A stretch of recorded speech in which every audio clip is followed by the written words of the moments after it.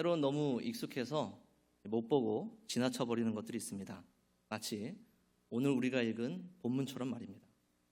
오늘 읽은 본문은 선한 사마리아인 비유로 여러분 잘 알고 계실 겁니다. 그래서 너무 잘 알기 때문에 굳이 설교를 하지 않아도 이 말씀은 이런 내용이지 라고 여러분들 다 머릿속에 떠오르실 거예요. 예를 들어 이런 것이죠. 착한 일을 하자, 선하게 살자, 남을 도와주자, 이렇게 거룩한 삶을 사는 것이 성도의 삶이다 라는 그런 내용이 이미 여러분들의 마음속에 떠오르셨을 겁니다. 이게 우리가 너무 익숙하기 때문에 물론 이러한 교훈도 오늘 말씀 가운데 포함되어 있지만 사실은 예수님께서 더 하시고자 하시는 말씀, 이 안에서 더 중요하게 우리에게 전해주고자 하는 말씀이 있는데도 불구하고 우리는 이 말씀이 너무 익숙하기 때문에 그냥 지나쳐버릴 때가 너무 많다는 것이죠. 더 중요하고 진짜 예수님께서 하시고자 하는 말씀이 무엇인지 여러분 궁금하지 않으십니까? 이렇게 궁금하지 않으면 예배를 마쳐도 됩니다. 여러분 궁금하시죠? 네, 그래서 오늘 이 시간에는 오늘 말씀을 조금 자세하게 뜯어보려고 해요. 가장 먼저 고민할 것은 예수님께서 이 비유를 왜 말씀하셨냐는 것이죠. 사마리아인에 대한 비유를 한 상황이 있을 것 아닙니까?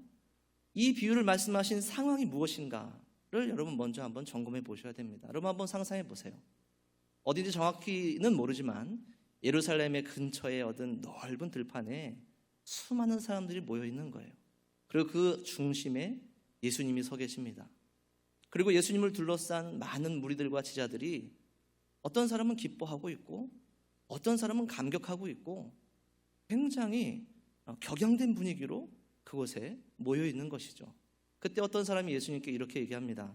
주님, 주님의 이름이면 귀신들도 저희들에게 항복했습니다. 바로 예수님께서 각 고을로 파송하셨던 70명의 전도팀들이 예수님께 돌아왔던 것입니다. 성경의 표현으로는 성령으로 기뻐하시며 예수님이 하늘에 기도를 올려드리시고 그 다음에 제자들을 바라보시며 이렇게 말씀하십니다. 제자들을 돌아보시며 조용히 이르시되 너희가 보는 것을 보는 눈은 복이 있도다. 내가 너희에게 말하노니 많은 선지자와 임금이 너희가 보는 바를 보고자 하였으되 보지 못하였으며 너희가 듣는 바를 듣고자 하였으되 듣지 못하였느니라. 제자들이 지금 보고 있는 것이 뭔지 여러분 아시겠습니까? 많은 선지자들과 그리고 임금들이, 이스라엘의 임금들이 보고 싶었지만 보지 못했던 것을 지금 이곳에 있는 사람들은 보고 있다는 것이죠. 이것이 무엇입니까?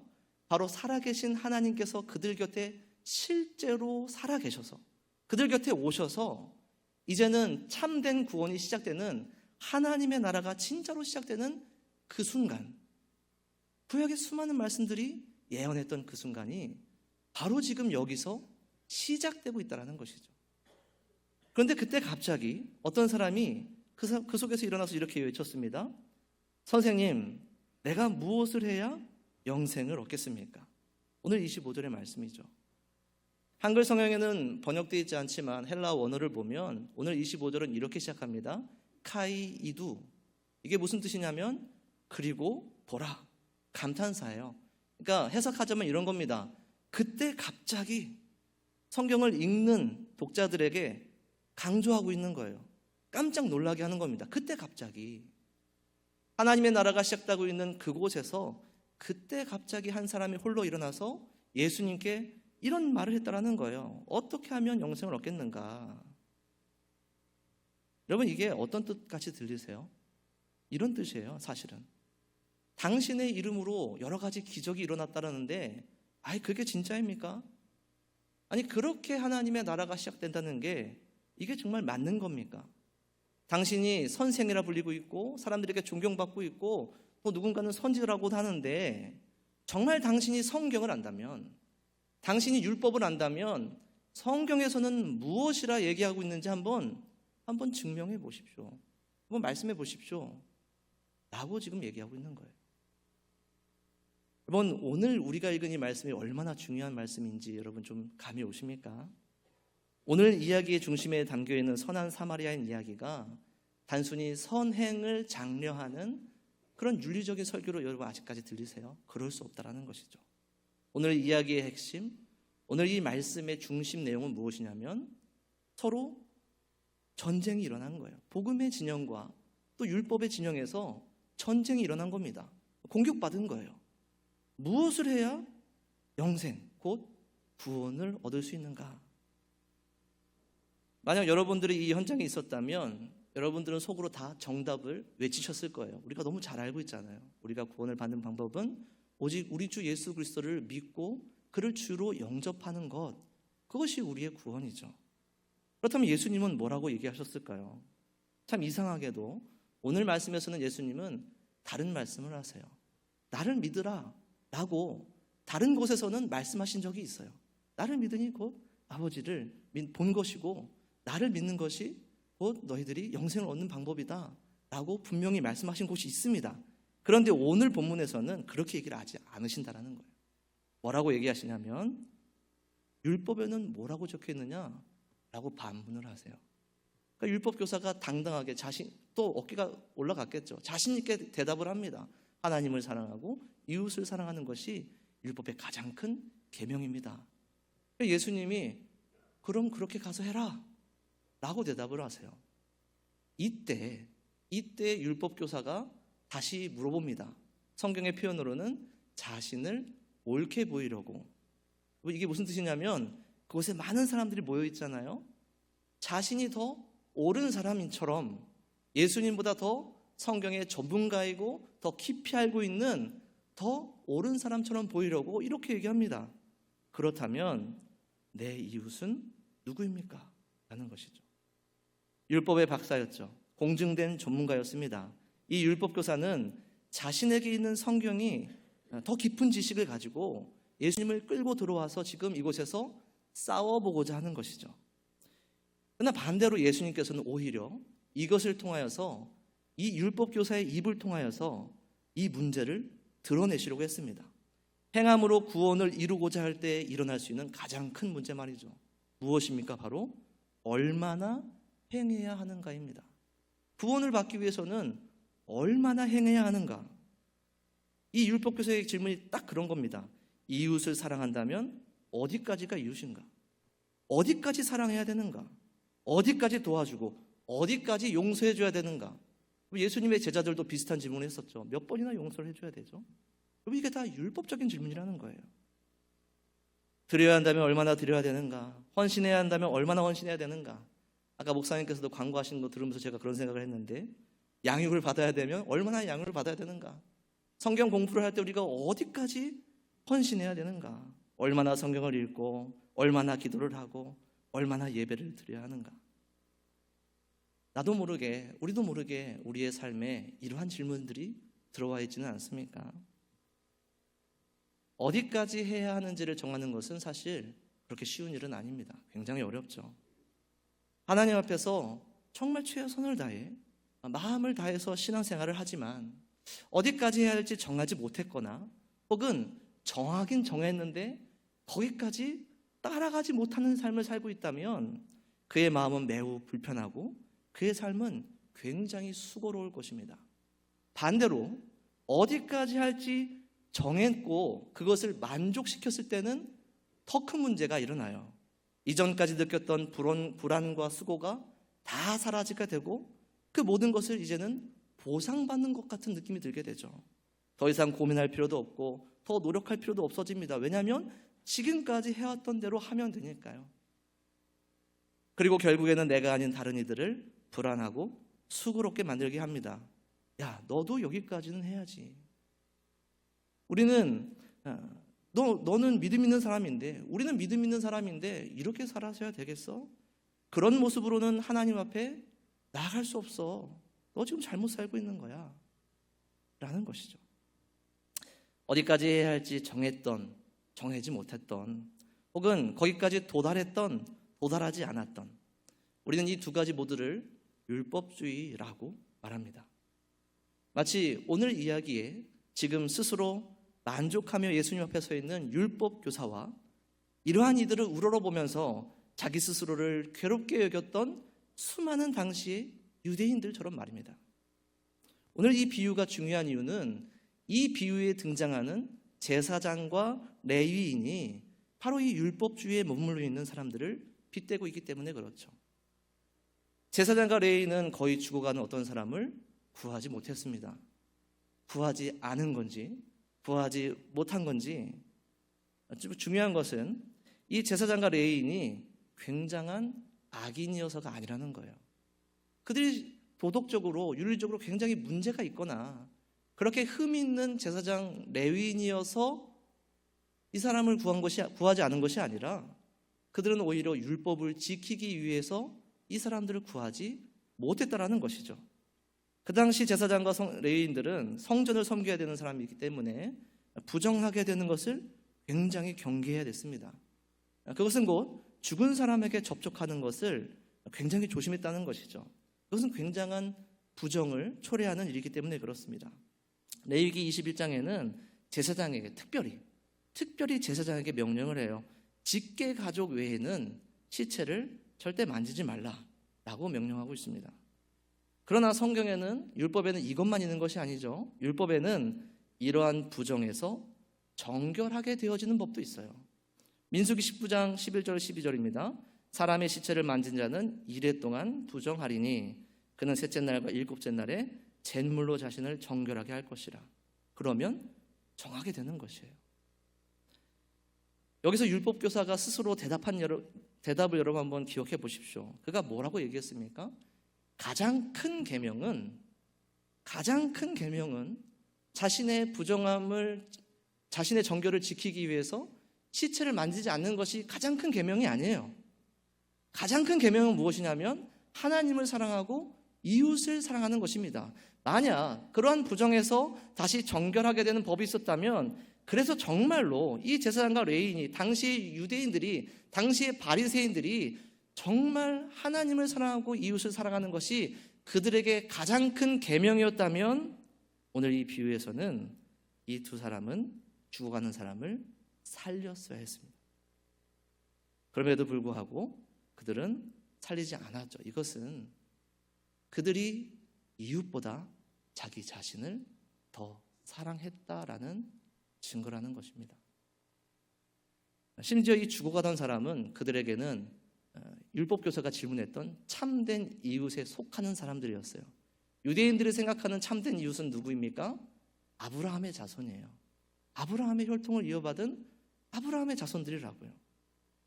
즉 예루살렘에서 여리고로 내려가다 강도 맞은 이 죽어가는 사람은 분명 제사를 드렸거나 아니면 명절을 위해서 예루살렘에 들렸다가 돌아가는 사람이었을 것입니다. 유대인이었다고요. 그들이 생각하고 그들이 인정하는 참된 이웃을 구할 수 없었습니다. 왜냐하면 율법 때문에. 율법을 위하는 것 같지만 사실은 자기 자신을 위해 사는 것을 잘 포장하는 그런 사람인 것이죠. 그러면 이 부분이 누가복음의 전체 주제와 굉장히 밀접한 관계가 있습니다. 누가복음에서 예수님은 잃은 자를 찾으러 오신 인자로 그려주십니다. 잃은 자들이 누구입니까? 병든 자, 가난한 자, 고아와 과부, 세리와 죄인들, 수많은 부정한 자들, 저주받았다라고 낙인 찍힌 자들. 예수님은 그들을 직접 만나셨죠? 만나시기만 하셨습니까? 만지셨죠? 만지시며 안수하시며 기도하시며 안으시며 심지어 그들과 같은 식탁에서 먹고 마시고 그들과 교제했던 분이 잃은 자를 찾으러 오신 예수님이었다라는 것이죠. 그러한 모습을 볼 때마다 바리새인들과 율법교사들은 뭐라고 얘기했습니까? 제자들에게 이렇게 얘기했어요. 야, 어찌하여 너의 선생은 저 세리와 죄인들과 함께 잡수시느냐? 이게 오늘 우리와는 무슨 상관이 있습니까? 오늘 우리 교회와는 무슨 관계가 있죠? 바리새인과 율법교사들은 율법교사들처럼 이웃을 사랑하기보다 자기 자신을 더 사랑하고 율법으로 포장된 이들은 결코 이웃을 구할 수 없습니다. 지옥과 같은 세상 속에서 질식하는 사람들을 버리는 것이죠. 절대 가까이 오지 못하게 물리치는 것입니다. 가까이 오면 힘드니까요. 더러워지니까요. 불편하니까요. 이런 잃어버린 자들이 이 바리새인들과 서기관들 곁에는 없었다는 것이 율법주의의 증거였다면 오늘 이 이야기는 오늘 우리에게 굉장히 큰 교훈을 주는 것이죠. 나라는 성도, 나라는 그리스도인 곁에는 잃어버린 이들이 있는가? 나는 그런 사람들과 얼마나 많이 만나고 섬기고 도와주며 위로하며 회복시키며 지켜주고 있는가? 이 한국 교회는, 또 우리 교회는 그러한 사람들을 얼마나 데려오고 있는가? 도와주고 있는가? 사랑하고 있는가? 그리스도의 삶은 이런 사람들을 찾는 삶이어야 합니다. 그리스도인들의 눈과 귀와 손과 발이 그들을 향해 항상 향하여 있어야 되죠. 비록 우리가 조금 더 불편해지더라도, 우리에게 조금 더 큰 짐이 지워지더라도 그것 때문에 우리에게 어떤 부정과 거룩하지 못한 것들 때문에 우리가 싸우고 또 힘들어야 되는 일이 생길지라도 교회에는 그런 사람들이 와야 된다는 것이죠. 그런 사람들을 데려와야 된다는 것입니다. 근데 안타깝게도 오늘 이 이야기에서 그러한 일을 할 수 있는 유일한 한 사람은 누구였냐면 어떤 사마리아인이었다는 것이죠. 이 이야기가 우리에게 놀라운 이유는 율법의 가장 큰 계명에 순종하고 있는 유일한 사람이 사마리아 사람이라는 점입니다. 사마리아 사람이 어떤 사람입니까? 유대인들이 이방인들보다 더 부정하게 여기는 사람들이죠. 아브라함의 자손이었지만 그들의 신앙과 또 그들의 예배를 다 포기하고 또 이방인들과 섞여서 피가 섞여서 이제는 그들이 이방인인지 유대인인지 더 이상 구별할 수도 없는, 그래서 이제는 앞으로 절대 이스라엘의 총회에 들어올 수 없는 저주받는 사람들, 그 사람이 바로 사마리아인들이었다는 것이죠. 그럼에도 불구하고 오늘 이 비유에서 그가 보여주는 선행은 이해할 수 없을 정도로 굉장히 대단한 것입니다. 무엇입니까? 그는 죽어가는 그 유대인을 보면서 그 마음을 먼저 뭐라고 성경 얘기하죠? 불쌍히 여겼다라고 얘기해요. 그 사람이 선천적으로 착하고 선천적으로 그러한 일을 할 수밖에 없는 사람이어서 마음은 그렇지 않은데 마음은 나를 미워하고 나를 저주했던 저 유대인들 정말 마음 같아서는 그러고 싶지 않은데 그래도 도와줘야지, 이런 게 아니었다라는 거예요. 오늘 말씀은 그의 마음의 중심에서 어떤 마음이 있었냐면 그를 보며 불쌍히 여겼다라는 것이죠. 그 여행하는 사람에게 그 당시에 기름과 포도주는 생명이에요. 생명과도 같은 기름과 포도주를 어떻게 했습니까? 그의 상처를 회복시키기 위해 부어버렸죠. 이거 얼마나 비효율적인 일이에요. 대충 침 발라줘도 될 텐데 그 비싼 기름과 포도주를 살짝 바른 것도 아니고 콸콸콸 쏟아 부어주었어요. 내버려두면 좀 괜찮아지겠지 라고 하고 가지 않고 그를 실어서 업고 여관으로 가서 하루 종일 이튿날까지 치료를 한 거예요. 치료한 다음에 어떻게 했습니까? 여관 주인에게 치료한 값을, 그 하루 값을 다 내어주고 여행을 떠나기 위해서 아직 정신을 차리지 못한 그 사람을 내버려 두고 가면서 내가 언젠간 다시 돌아와서 이 사람에게 든 값을 다 지불할 테니 그동안 좀 보살펴 주십시오 라고 하고 가는 거예요. 그건 놀랍지 않습니까? 이게 말이 되지 않는 상황인 것이죠. 그런데 율법에서 요구하는 이웃을 사랑하라는 명령에 그 한계가 어디냐면 바로 이것입니다. 우리가 어디까지 해야 됩니까? 어디까지 우리의 이웃입니까? 나를 저주하고 비방하며 천도했던 원수 같은 사람까지가 이웃인 거예요. 어디까지 해야 됩니까? 그가 회복될 때까지 내가 가지고 있는 것, 또 혹은 나의 생명 같은 것까지 값없이 부어주고 심지어는 그의 빚까지도 갚아주면서 또 미래의 부채까지 미리 갚아주면서 약속하지 않은 것까지 하는 게 율법에서 얘기하는 한계라고요.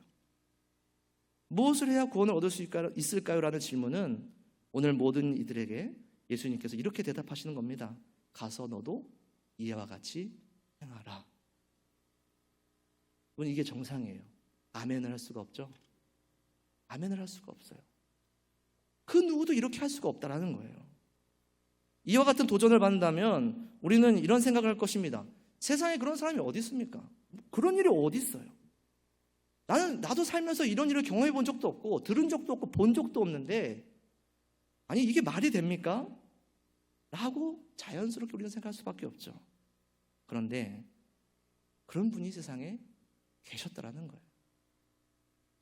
자신을 거절하고 배신하고 침을 뱉고 고문하고 죄 없이 죽음에 이르게 한 사람들을 마음으로 불쌍히 여기신 분이 계시다라는 겁니다. 아버지여 저들을 사하여 주옵소서 자기들이 하는 것을 알지 못함이니이다. 그런 그들에게 생명 같은 것이 아니라 생명 자체를 다 부어서 치료해 주신 분이 계시더라는 거예요.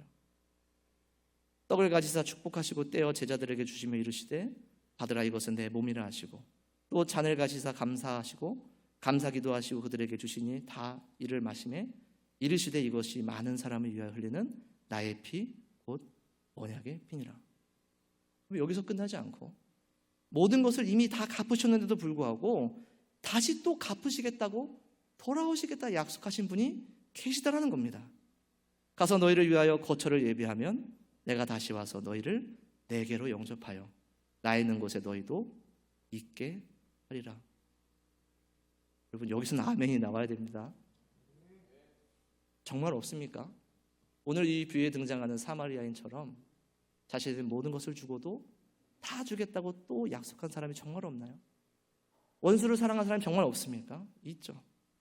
오늘 이 비유를 말씀하시는 예수님께서 정말 이 비유에 나오는 이 사마리아인보다 더 놀랍고 크신 사랑과 은혜를 베푸신 분이라는 사실을 여러분 꼭 기억하시기 바랍니다. 그렇지만 우리는 이 율법이 요구하는 완전한 선언을 행할 수가 없죠. 심지어 율법의 창시자이신 살아계신 예수님을 따라갈 수도 없어요. 그분과 똑같을 수도 없습니다. 율법 앞에서 모든 사람이 죽을 수밖에 없는 죄인으로 정죄받을 수 없지만 예수님께서 죄가 없으신 사람으로 그럼 그 동시에 하나님으로서 율법을 완성하셨기에 우리를 대신하여 이렇게 완성하셨기에 그분을 믿음으로 그분을 주인으로 영접함으로 그분의 공로에 힘입어서 우리가 살아날 수 있다라는 사실을 여러분 믿으시기 바라요. 그런데 문제는 무엇이냐면 예수님께서 우리를 대신해서 율법을 완성하신 것을 우리를 대신하신 모든 것을 대신 이루신 것을 우리는 듣기는 들어서 알기는 아는데 그것이 우리의 삶에 우리의 신앙에 어떻게 영향을 미치는지 어떻게 열매가 맺히는지는 잘 와닿지 않다라는 것이죠. 우리가 이걸 잘못 이해하면 이렇게 됩니다. 맞아요. 우리는 하나님이 아니고 우리는 예수님이 아니죠. 우리는 죄인입니다. 우리는 부족해요. 그래서 우리를 위해 대신 예수님이 그 모든 것을 이루어주셨고 우리는 그분을 믿는 것만으로 다 용서받을 수 있기 때문에 저는 괜찮습니다 라고 생각할 수 있다는 거예요. 이 괜찮다라는 말이 어떤 의미냐면 더 노력하지 않아도 괜찮다라는 거예요. 나는 이제 율법을 지키지 않아도 된다라는 겁니다. 말씀에서 나에게 명령하시는 거룩한 선을 포기해도 된다라는 거예요. 어차피 나는 다 못 이루는데 나는 그거 아무리 노력해도 내 힘으로는 안 되는데 예수님이 다 해주셨다니까. 그저 부족하고 힘들 때마다 내가 범죄할 때마다 그 이름으로 기도하면 되지, 회개하면 되지. 나는 자유로운 마음으로 오해할 수 있다는 거예요. 이것도 우리는 율법주의라고 불러요. 그런 우리의 마음을 어떻게 고칠 수 있느냐. 예수님이 우리를 위해서 대신 이루어 주신 것들이 우리의 삶에서 진짜 능력이 나타나려면 어떻게 해야 되느냐를 알기 위해서는 오늘 이 비유에 그동안 우리가 주목하지 않았던 한 사람을 주목해야 돼요. 이 비유에 우리가 살펴보지 않은 사람 한 사람이 있죠. 누구입니까? 거의 죽어가던 한 사람이 있었어요. 거의 죽었던 이 사람이 어땠을까 여러분 한번 생각해 보십시오. 사실 이 사람은 강도를 만났을 때 이미 정신을 잃었어요. 거의 죽어갔기 때문에 눈에 본 것도 없고 들은 것도 없고 정신도 없어요. 그저 나 이제 죽었구나 라고 눈이 탁 감긴 이후에 정신을 차려보니 여간방 위인 거예요. 여간방 천장이 보이는 거예요. 이게 어떻게 된 일일까? 난 분명히 죽을 수밖에 없는 상황이었는데 여전히 내 몸이 욱신욱신거리고 머리가 아프고 정신도 없고 지금 나는 어떻게 살아있지? 라는 상황이 지금 거의 죽어가던 사람의 상황인 거예요. 조금 있다 여관 주인이 와서 얘기해 줬겠죠. 당신 정말 거의 죽을 뻔했는데 어떤 사람이 당신을 업어와서 시체 같은 당신을 업어와서 당신을 치료하고 당신을 돌봐주고 당신을 위한 모든 값을 대신 갚아주고 그리고 떠나면서 앞으로 당신에게 될 모든 비용까지 다 갚아주겠다고 약속하고 갔습니다. 누가요? 잘 모르겠는데 어떤 사마리아인이었어요. 이 얘기를 들었을 때 이 사람이 겪을 충격 여러분 상상이 되십니까? 아니 어떻게 그럴 수가 있지? 나는 저 사람을 저주했는데 나는 그들을 저주했는데 그들은 나와 다르다라고 나는 벽을 쳤는데 아니 누군지 모르겠지만 그 사마리아인 그 저주받은 사마리아인이 나에게 어떻게 이럴 수 있을까? 여기서 두 가지 선택지가 있죠. 믿지 않는 겁니다. 그런 일은 벌어지지 않았을 거라고 믿지 않는 거예요. 그러나 이런 일이 정말 있었다고 믿게 되어지면 이미 살아있는 나의 심령을 보고 나의 육체를 바라보며 또 그 증언을 들으며 아 정말 그랬구나라는 것을 믿게 되어지면 어떻게 되겠나요? 한 번도 본 적 없지만 만진 적 없지만 만난 적 없지만 여행이 끝나 돌아올 그만을 기다리며 그를 사랑하며 애타게 기다리며 살아가지 않겠어요? 그렇게 살아가는 사람은 그 이전의 삶과 그 이후의 삶이 전혀 다를 것이라는 것이죠. 그가 이제는 사마리아인을 보며 어떻게 생각하겠습니까? 저주받았다라고 낙인 찍힌 사람들을 보며 어떤 생각을 하겠어요? 율법 안에서 똑같이 생각할까요? 아, 저들은 하나님께 저주받은 자들이야. 저들은 더러운 자들이야. 저들은 피해야 될 자들이야. 그런 생각할까요? 아니죠. 그렇게 저주받고 그렇게 악하다, 나와는 다르다고 생각했던 그가 나를 구했는데 그 때문에 내가 구원을 받았는데 이제는 나도 그들을 위해서 살아가야지라는 생각을 하지 않겠습니까? 길을 걸으며 또 삶을 살아가며 그는 이제 만나는 고아나 과부나 또한 죄인이나 세리나 심지어는 사마리아인까지 누군가 힘들고 어렵고 죽어간다면 그는 가만히 있을 수 있을까요? 절대 그럴 수 없죠. 우리는 이것을 뭐라고 얘기하냐면 믿음이라고 얘기합니다. 그를 믿기에, 그를 사랑하기에 그렇게 살아갈 수 있다라는 것이죠. 오늘 이 이야기의 진짜 교훈이 뭔지 여러분 찾으셨습니까? 하나님은 자기 백성을 항상 이렇게 구원하셨습니다. 구약에도 마찬가지예요. 출애굽기를 보면 이스라엘 백성들이 노예로 살아가잖아요. 200년이 넘는 시간 동안 노예로 살아가요. 그들은 아브라함의 자손이 아니에요, 지금. 그들은 이미 그냥 노예의 삶, 노예의 정체성을 가지고 살던 사람이에요. 그들이 하나님 앞에 회개하고 아브라함의 자손으로서의 정결과 거룩을 회복했기 때문에 하나님이 그들을 출애굽시키신 것이 아니라 그들은 여전히 노예였지만 그들에게 먼저 모세를 보내시고 헌신시키셔서 이미 노예되었던 그들을 구출하셔서 그들에 대한 하나님의 사랑을 확증하신 것, 그것이 구원이었어요. 그들에게 율법을 주신 것은 구원받기 위해서 주신 것이 아니에요. 구원받으라고 주신 것이 아닙니다. 이미 구원받은 이들에게, 하나님을 사랑하는 이들에게, 하나님을 사랑하며 살기를 간절히 원하는 이들에게 이렇게 사는 게 바로 하나님을 사랑하며 사는 방법이야 라고 주신 것이 율법이었다라는 것이죠. 오늘 우리도 마찬가지입니다. 우리가 아직 죄인 되었을 때에 그리스도께서 우리를 위하여 죽으심으로 우리를 향한 하나님의 사랑을 확증하셨다는 사실을 여러분 꼭 기억하시기 바랍니다. 우리는 질문이 잘못된 거예요. 무엇을 해야 구원받습니까? 무엇을 해야 영생을 얻을 수 있습니까? 라는 이 질문은 어떻게 바뀌어야 됩니까? 구원받은 백성은 어떻게 살아야 합니까? 라는 질문으로 바뀌어야 된다는 것이죠. 말씀을 맺도록 하겠습니다. 사랑하는 세계로교회 성도 여러분, 오늘 이 이야기가 우리들의 이야기가 되기를 간절히 축원합니다. 사마리아인에 대한 이야기 말고요, 거의 죽어가던 한 사람의 이야기가 바로 여러분들의 이야기가 되기를 축복합니다. 나는 거의 죽었었는데, 죄 때문에 죽었었는데 정신 차려보니 예수 그리스도의 죽으심과 십자가의 은혜로 구원받아져 버린 거예요. 나는 아무것도 하지 않았는데 그저 죄 속에서 정신을 잃고 정신도 못 차리고 그렇게 살고 있었는데 그리스도께서 나를 구원하셔 버린 거예요. 그렇게 구원받은 우리는 주님께서 다시 오시는 그날까지 우리의 눈으로 보지 못하고 우리의 손으로 아직 만지지 못했지만 그분을 사랑하게 된 자들, 그분을 믿게 된 자들은 그분이 돌아오시는 그날까지 그분을 따라 살아가고 그분을 사랑하기에 그분처럼 살아간다는 사실을 여러분 꼭 기억하시기 바랍니다. 그래서 언젠가 주님께서 정말 다시 돌아오셨을 때 우리가 그렇게 고백했으면 좋겠어요. 너무 감사하다고, 나를 살려주셔서 너무 감사하다고, 당신을 사랑하게 됐다고.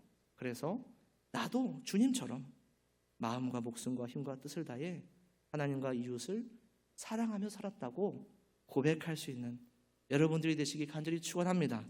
그래서 이 세계를 교회도 죽어가는 이들, 부족한 이들, 죄인들이 곁에 있고 이러한 이들이 많이 엎혀와서 치료받고 사랑받고 구원받고, 그래서 한때는 부정한 죄인이었지만 이제는 구원받은 사람들로 가득한 그러한 교회가 되기를 간절히 축원합니다. 기도하겠습니다.